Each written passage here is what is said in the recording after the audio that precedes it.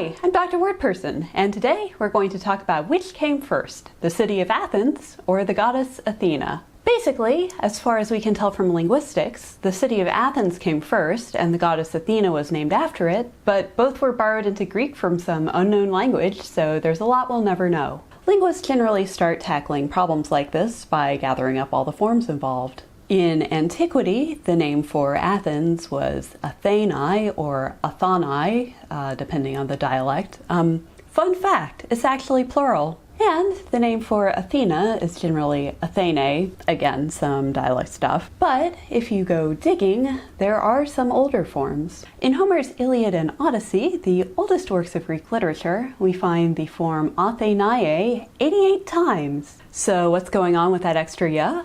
Well, it's an adjectival suffix. The form pretty much just means the Athenian. Now, if we go back to the oldest form of Greek, the Greek of the Mycenaean period around 1400 to 1200 BCE, we do find one reference to Athena in the form Atana Potania. There, right there.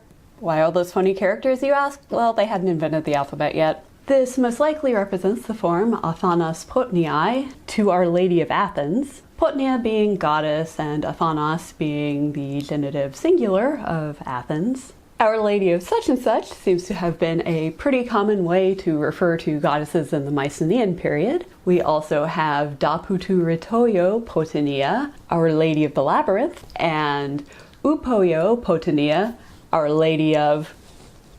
We don't know what that word means. If you've been watching this show, you know that's a pretty common refrain. Anyway, obviously neither one of those two goddesses survived to the classical period. So anyway, it sure looks as though Athena is named after Athens, that her name just means the Athens goddess. But there is one additional problem that comes up if we start asking ourselves what the word Athens actually means. And we don't know, because that word is not Greek. You see, Greek is part of the Indo-European language family, along with Latin, Sanskrit, Hittite, Latvian, German, Russian, and a whole bunch of others. When the same root or suffix or whatever appears in multiple languages, mutatis mutandis, we can generally reconstruct it back to Indo-European, both in form and meaning. And for Athens or Athena, we can't. The root auth has no cognates. The suffix ane or ani also has no cognates.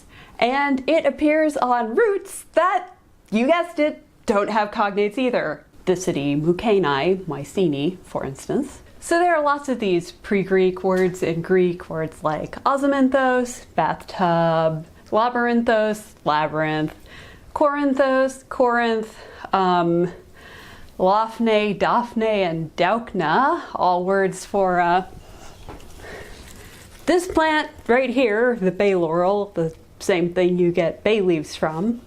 You can eat it. These words all came from whatever unknown language or languages were spoken in Greece before the Greeks arrived. So while we can say that Athena was probably named after the city of Athens, at least on the basis of the Greek evidence, it ultimately comes down to the unknowable morphology of a language that has not survived. So here's to you, Athena, Our Lady of Athens, for surviving and staying relevant so long after the culture and language that gave birth to you have passed from all memory. Alright, that was my show. Thanks for watching. Please be sure to like and subscribe and tell all your friends. I have put more fun links in the doobly-doo, and tune in for the next show.